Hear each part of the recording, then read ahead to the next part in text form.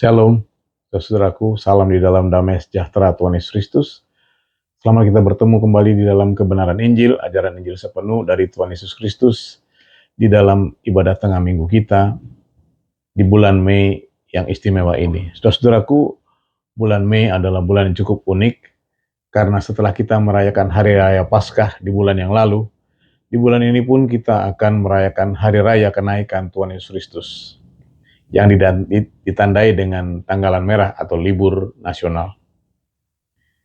Untuk selanjutnya berlanjut sampai kepada puncaknya, kita akan merayakan Hari Raya Pentakosta di bulan Juni yang akan datang.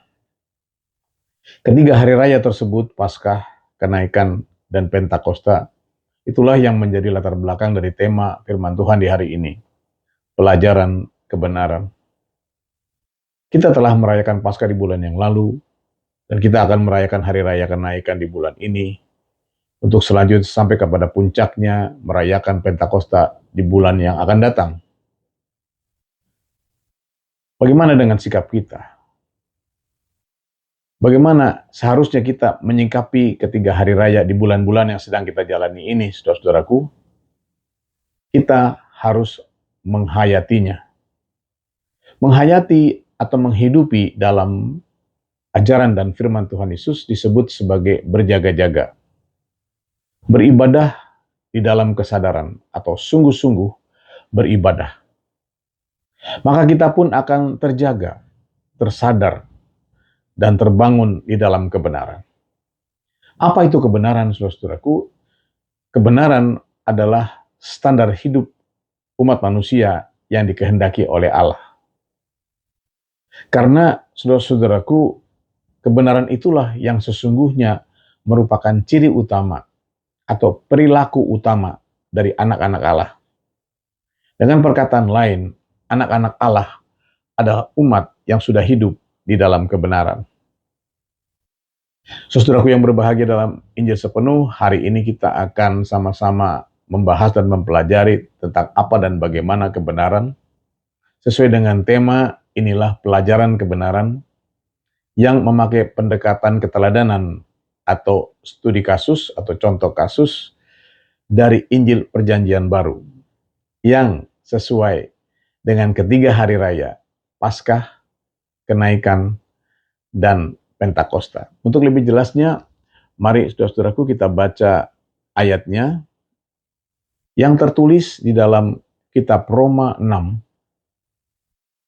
Roma 6 ayat 18-20 saya bacakan. Kamu telah dimerdekakan dari dosa dan menjadi hamba kebenaran.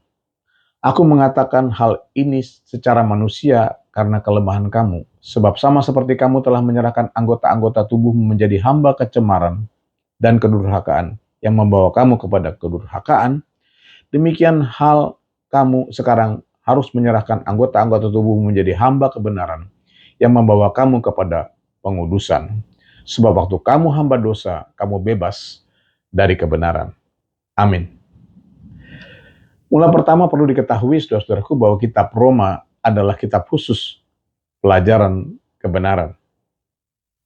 Di dalam Roma 6 yang tadi kita baca, saudara-saudaraku, dinyatakan bahwa anak Allah adalah hamba kebenaran, bukan hamba dosa. Karena anak-anak Allah itu adalah umat yang telah dimerdekakan dari dosa. Telah melalui atau melewati proses kemerdekaan. Apa maksudnya, saudara-saudaraku? Bahwa kemerdekaan itu adalah sebuah proses. Sama halnya dengan peristiwa ketika umat pilihan Israel keluar dari tanah perbudakan Mesir, mereka belum otomatis merdeka. Karena masih harus melanjutkan perjalanan menuju tanah air yang baru.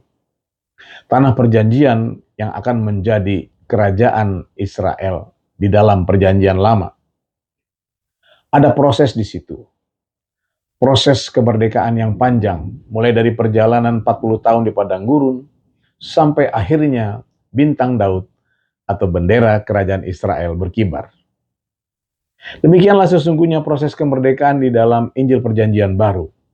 Firman Tuhan Yesus menyebutnya sebagai kerajaan Allah dan kebenarannya. Sebuah proses menuju masuk ke dalam kerajaan Allah. Sehingga dapat dikatakan sesuai dengan firman Tuhan Yesus sebagai proses kebenaran. Proses kebenaran inilah yang digambarkan atau dilambangkan dengan ketiga hari raya, Paskah, kenaikan, dan Pentakosta. Itu sebabnya dikatakan tadi kalau kita berjaga-jaga, sungguh-sungguh beribadah dan merayakannya, mata kita akan terbuka dan melihat kebenaran itu.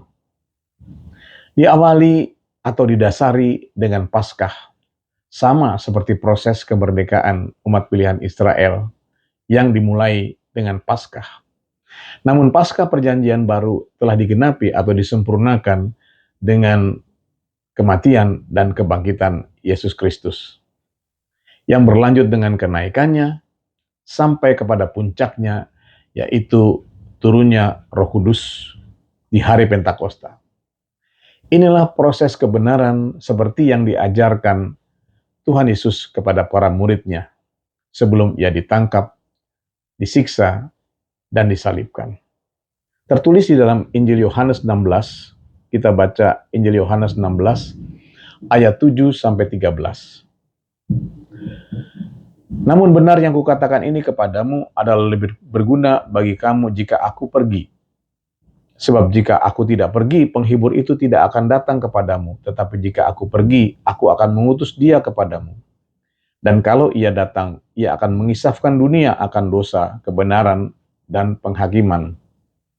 Akan dosa karena mereka tidak percaya kepadaku, akan kebenaran karena aku pergi kepada Bapa, dan kamu tidak melihat aku lagi. Akan penghakiman karena penguasa dunia ini telah dihukum. Masih banyak hal yang harus kukatakan kepadamu, tetapi sekarang kamu belum dapat menanggungnya. Tetapi apabila ia datang, yaitu Roh kebenaran, ia akan memimpin kamu ke dalam seluruh kebenaran. Sebab ia tidak akan berkata-kata dari dirinya sendiri, tetapi segala sesuatu yang didengarnya, itulah yang akan dikatakannya. Dan ia akan memberitakan kepadamu hal-hal yang akan datang. Amin. Inilah rangkaian proses kebenaran. Setelah Paskah, yaitu kematian dan kebangkitannya, Tuhan Yesus Kristus naik ke surga untuk selanjutnya mencurahkan Roh Kudus sebagai puncaknya. Itulah roh kebenaran yang dijanjikan kepada setiap umat yang berjaga-jaga. Saudara-saudaraku yang berbahagia, di dalam kebenaran, roh kebenaran itulah yang akan memimpin mereka kepada seluruh kebenaran, yaitu menjadi hamba kebenaran. Saudaraku, pelajaran kebenaran inilah yang sering terlewatkan oleh kebanyakan umat Kristen di seluruh dunia. Karena kurang fokus dan berjaga-jaga, kurang menghayati Paskah, kenaikan, dan Pentakosta. Hanya merayakannya secara rutinitas seperti upacara tahunan saja. Dimulai dengan Paskah yang baru saja kita rayakan, saudaraku.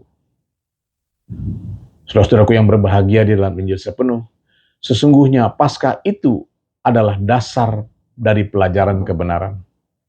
Baik Paskah kematian maupun Paskah kebangkitan. Inilah intisari dari firman Tuhan di hari ini. Paskah sebagai dasar pelajaran kebenaran. Maka mari kita sekarang masuk di dalam contoh kasus atau keteladanannya. Dimulai dari kesaksian Yesus Kristus di dalam pengadilan Pontius Pilatus yang akhirnya memvonis atau menjatuhkan hukuman mati atau hukuman salib kepada Yesus Kristus. Tertulis di dalam Yohanes 18 ayat 37. Maka kata Pilatus kepadanya, "Jadi engkau adalah raja?" Jawab Yesus, "Engkau mengatakan bahwa aku adalah raja. Untuk itulah aku lahir dan untuk itulah aku datang ke dalam dunia, supaya aku memberi kesaksian tentang kebenaran. Setiap orang yang berasal dari kebenaran mendengarkan suaraku." Amin. Inilah kesaksian Yesus tentang kebenaran. Disinilah tersimpan kata kuncinya, yaitu firman Tuhan Yesus yang mengatakan, setiap orang yang berasal dari kebenaran mendengarkan suaraku. Kata kunci dari kebenaran adalah mendengarkan suara Yesus. Di dalam bahasa hamba-hamba Tuhan di zaman yang lampau atau jadul, saudara-saudaraku, disebut sebagai dengar-dengaran. Bukan cuma mendengar, tetapi melakukannya juga. Inilah kunci utama kebenaran. Dalam peristiwa pengadilan itu, Pontius Pilatus adalah contoh orang yang tidak dengar-dengaran. Saudaraku, dalam istilah sekarang, masuk telinga kiri, keluar telinga kanan. Dalam istilah modernnya FIFO, first in, first out. Karena setelah Yesus menyatakan tentang kunci kebenaran, Pontius Pilatus malah bertanya kepada Yesus, seperti tertulis di dalam ayat selanjutnya, yaitu Yohanes 18 ayat 38b, kata Pilatus kepadanya, apakah kebenaran itu? Bayangkanlah saudara-saudaraku, kalau umat Kristen di seluruh dunia ini seperti Pontius Pilatus, memiliki kuasa, kedudukan yang sangat tinggi, namun sama sekali gagal paham soal kebenaran. Ini sama halnya dengan umat pilihan Israel yang tidak dapat masuk ke dalam tanah perjanjian. Mayat-mayat mereka terhampar di padang gurun. Sebagai bagian penutup, kita akan mempelajari tokoh daripada teladan kebenaran yang tertulis di dalam peristiwa kebangkitan. Namun sebagai pendahuluan, marilah terlebih dahulu kita membaca kesimpulan dari peristiwa Paskah kebangkitan yang tertulis di dalam Yohanes 20 ayat 31. Yohanes 20 ayat 31. Tetapi semua yang tercantum di sini telah dicatat, supaya kamu percaya bahwa Yesuslah Mesias, Anak Allah, dan supaya kamu oleh imanmu memperoleh hidup di dalam namanya. Amin. Inilah bagian penutup atau ayat terakhir dari Injil Yohanes pasal 20. Injil Yohanes pasal 20 adalah merupakan berita Injil tentang kebangkitan Tuhan Yesus Kristus. Terdiri dari 5 perikop. Perikop pertama berjudul Kebangkitan Yesus. Perikop kedua berjudul Yesus menampakkan diri kepada murid-muridnya. Perikop ketiga berjudul Perikop kedua berjudul Yesus menampakkan diri kepada Maria Magdalena. Maaf saudaraku. Perikop ketiga berjudul Yesus menampakkan diri kepada murid-muridnya. Perikop keempat berjudul Yesus menampakkan diri kepada Thomas. Dan perikop kelima berjudul Maksudnya Injil ini dicatat, yang merupakan kesimpulan seperti tadi tertulis di dalam ayat yang terakhir, yaitu supaya kamu oleh imanmu beroleh hidup dalam namanya. Jelaslah bahwa Yohanes pasal 20 ini adalah pelajaran dasar keselamatan, yaitu keselamatan atau hidup yang berdasarkan iman lewat peristiwa kebangkitan Tuhan Yesus Kristus.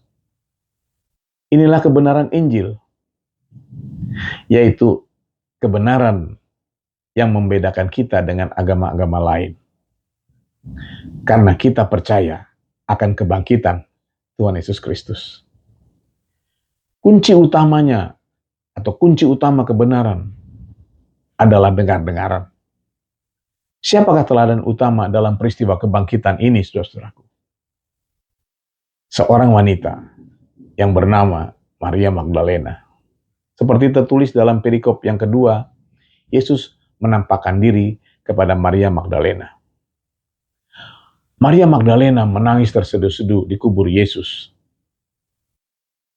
Ia menangis seorang diri sebab teman-teman yang bersama-sama dengan dia sudah pergi pulang setelah melihat kubur itu kosong.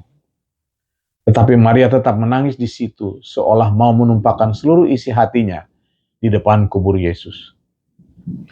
Di saat itulah terjadi peristiwa yang luar biasa ajaib. Yesus menampakkan diri kepadanya. Seharusnya setelah Yesus bangkit dan setelah kubur itu kosong, Yesus harus naik ke surga. Tetapi Yesus masih ada di situ. Saudara-saudaraku menunggu untuk bertemu dengan Maria seorang.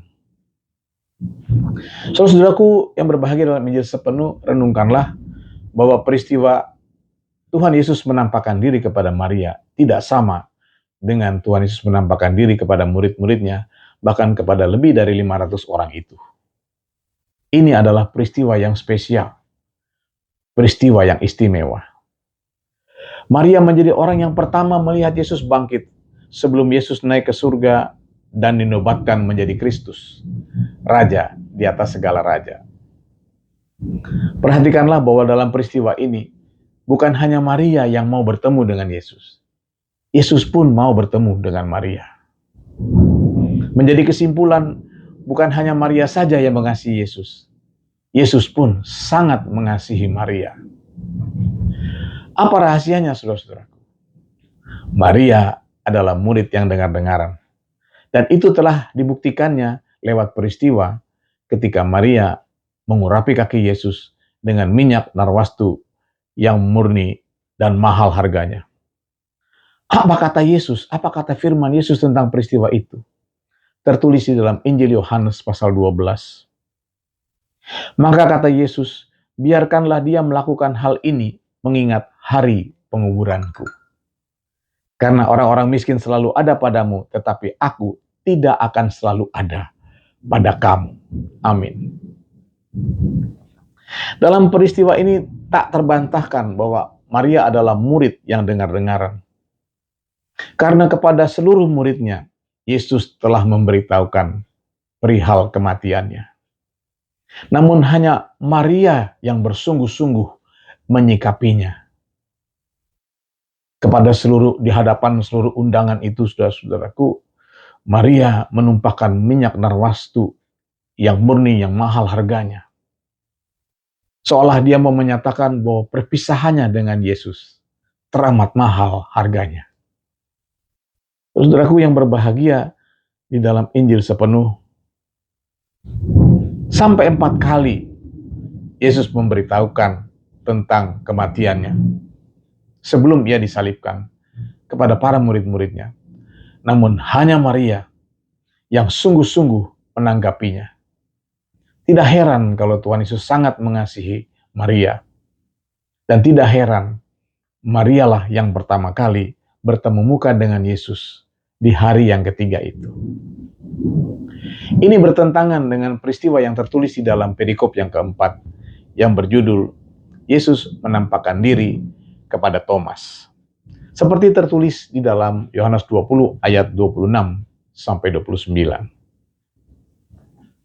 8 hari kemudian murid-murid Yesus berada kembali dalam rumah itu dan Thomas bersama-sama dengan mereka. Sementara pintu-pintu terkunci, Yesus datang dan berdiri di tengah-tengah mereka dan berkata, "Damai sejahtera bagi kamu." Kemudian ia berkata kepada Thomas, "Taruhlah jarimu di sini dan lihatlah tanganku, ulurkanlah tanganmu dan cucukkanlah ke dalam lambungku, dan jangan engkau tidak percaya lagi, melainkan percayalah." Thomas menjawab dia, "Ya Tuhanku dan Allahku." Kata Yesus kepadanya, "Karena engkau telah melihat aku, maka engkau percaya. Berbahagialah mereka yang tidak melihat, namun percaya." Amin. Kita masuk ke dalam kesimpulan, saudara-saudaraku. Kita langsung membaca ayat yang terakhir, Roma 1, ayat 16 sampai 17. Sebab aku mempunyai keyakinan yang kokoh dalam Injil, karena Injil adalah kekuatan Allah, dan menyelamatkan setiap orang yang percaya, pertama-tama orang Yahudi, tetapi juga orang Yunani. Sebab di dalamnya nyata kebenaran Allah yang bertolak dari iman dan memimpin kepada iman, seperti ada tertulis, orang benar akan hidup oleh iman. Inilah ayat-ayat pembuka dari kitab Roma, kitab khusus pelajaran kebenaran. Inilah juga yang merupakan abstraksi atau kesimpulan dari pelajaran kebenaran, yaitu kebenaran yang bersumber dari iman. Disebut sebagai keyakinan yang kokoh di dalam Injil. Inilah yang dimaksud dengan dengar-dengaran. Dengar-dengaran kepada berita Injil. Dengar-dengaran kepada suara Yesus. Maka seperti tertulis, orang benar akan hidup oleh iman. Di mana hidup yang dimaksud di sini sesungguhnya bukanlah hidup biasa, melainkan damai sejahtera. Sebagaimana tema Paskah PGI KWI, yaitu damai sejahtera di tengah keluarga, yang terambil dari perikop keempat Yohanes pasal 20, Yesus menampakkan diri kepada Thomas. Saudara-saudaraku, apa yang kita dibutuhkan di zaman sekarang ini? Di tengah gejolak dunia di zaman sekarang ini, kita memerlukan damai sejahtera. Supaya saudara-saudaraku digenapilah nubuat perjanjian lama yang mengatakan, walau 1000 rebah di sebelah kiriku dan 10.000 rebah di sebelah kananku, namun Allah tetap melindungi dan memelihara aku. Perlindungan dan pemeliharaan Allah itulah yang dimaksud dengan damai sejahtera, yang hanya diperoleh oleh umat yang hidup di dalam kebenaran, yang memiliki keyakinan kokoh di dalam Injil, yang dengar-dengaran kepada suara Yesus, berita Injil. Agar kita jangan seperti Thomas, yang pesimis dan sinis. Itulah peristiwa ketika murid-murid yang lain memberi kabar kepada Thomas, kami sudah melihat Tuhan. Tapi Thomas menjawab dengan sinis, sebelum aku mencucukkan jariku ke tangannya dan mencucukkan jariku ke lambungnya, aku sekali-kali tidak percaya. Inilah contoh kehidupan di luar kebenaran. Hidup yang tidak dengar-dengaran kepada suara Yesus. Khususnya tentang Paskah, kematian dan kebangkitan Yesus yang sudah diberitakan Yesus kepada murid-muridnya sebelum ia disalibkan. Diberitahukan saudara-saudaraku lewat firman tengah minggu pada hari ini kepada kita sekalian. Di tengah-tengah gejolak di zaman sekarang ini, janganlah kita menjadi pesimis dan sinis seperti Thomas. Melainkan marilah kita seperti Maria, teladan kebenaran. Hamba kebenaran yang bukan hanya mendengar, melainkan melakukan juga. Namanya juga adalah hamba, saudara-saudaraku, mana boleh hanya mendengar saja. Karena berita Injil, firman Tuhan Yesus harus dilakukan dan dikerjakan. Itulah kebenaran. Terpujilah nama Tuhan Yesus Kristus untuk selama-lamanya. Semoga Roh Kudus tetap membimbing kita. Tuhan Yesus memberkati. Mari saudara-saudaraku, kita masuk di dalam doa penutup, ucapan syukur, dan doa permohonan kita kepada Tuhan Yesus. Kita angkat pujian, ku tetap setia.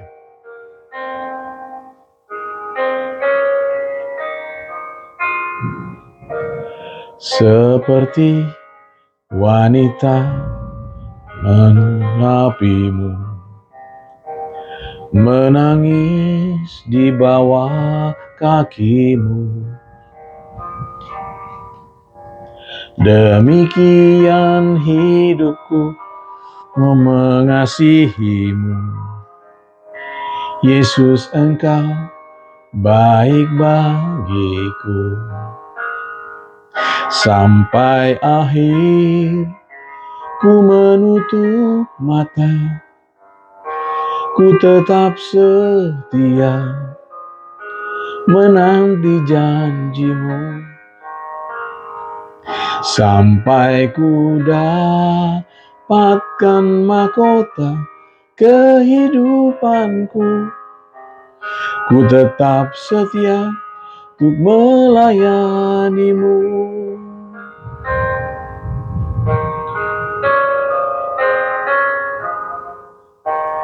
Seperti wanita mengurapimu, menangis di bawah kakimu.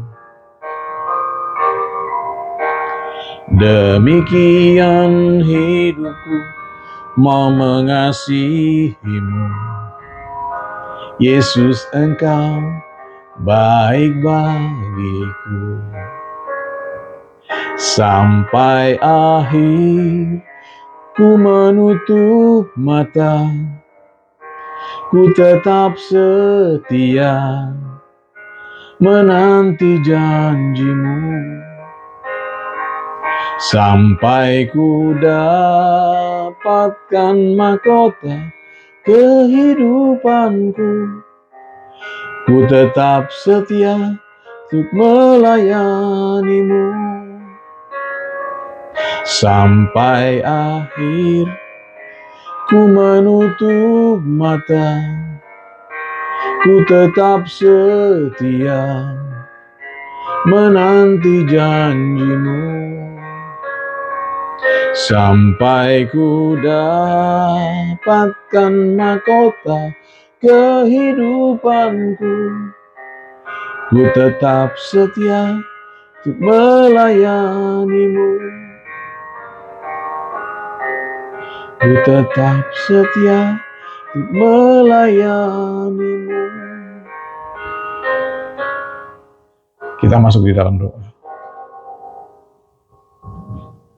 Bapa kami di dalam surga, Bapa kami yang baik, sungguh baik, teramat baik, yang terbaik di dalam kehidupan kami.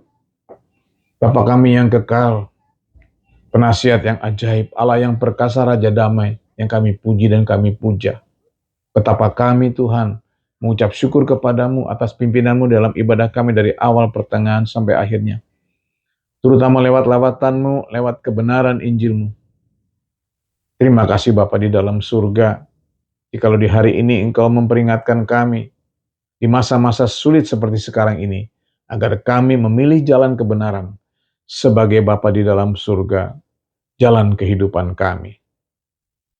Hamba-Mu sudah selesai berbicara Bapa, namun biarlah kiranya Roh-Mu yang kudus memeteraikan Tuhan benih-benih kebenaran Injil-Mu itu di dalam hati kami, agar menjadi benih yang subur, berakar, bertumbuh dan berbuah-buah, sehingga Tuhan menjadi nyata Roh-Mu yang kudus itu memimpin kami kepada seluruh kebenaran, yaitu menjadi hamba-hamba kebenaran di zaman ini. Terima kasih Bapa di dalam surga, memberkati seluruh pemirsa Tuhan ibadah tengah minggu ini, baik siaran langsung maupun tayang ulang. Engkau yang menerangi seisi rumah Tuhan, murid-murid-Mu, hamba-hamba-Mu, umat-Mu Tuhan Yesus Kristus.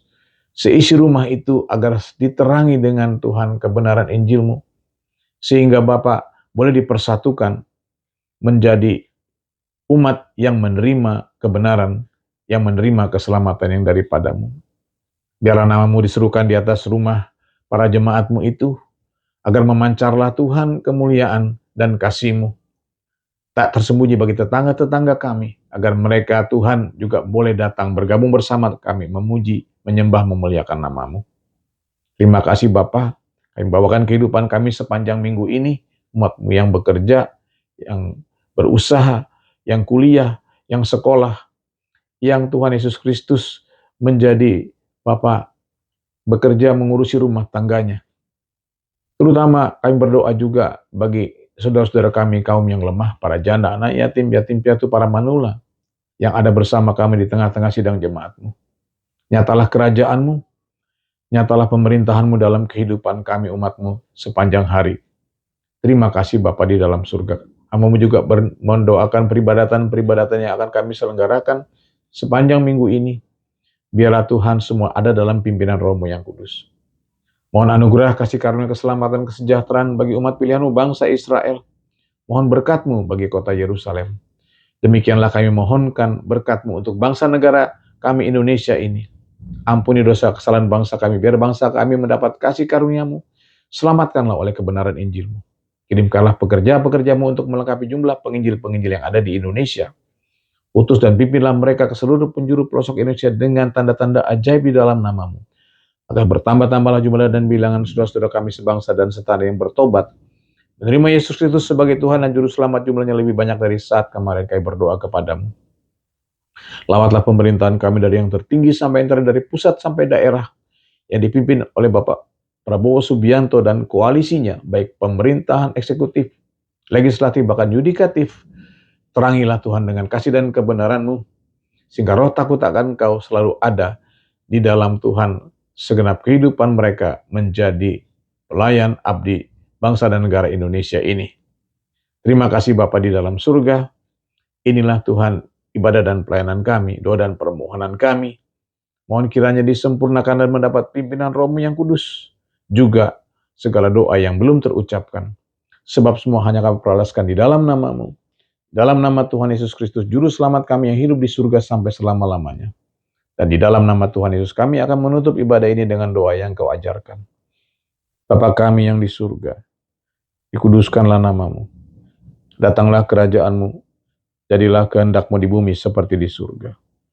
Berikanlah kami pada hari ini makanan kami yang secukupnya.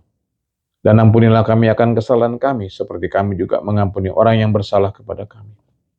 Dan janganlah membawa kami ke dalam pencobaan, tapi lepaskanlah kami daripada yang jahat. Karena Engkau yang punya kerajaan dan kuasa dan kemuliaan sampai selama-lamanya. Haleluya. Amin. Shalom.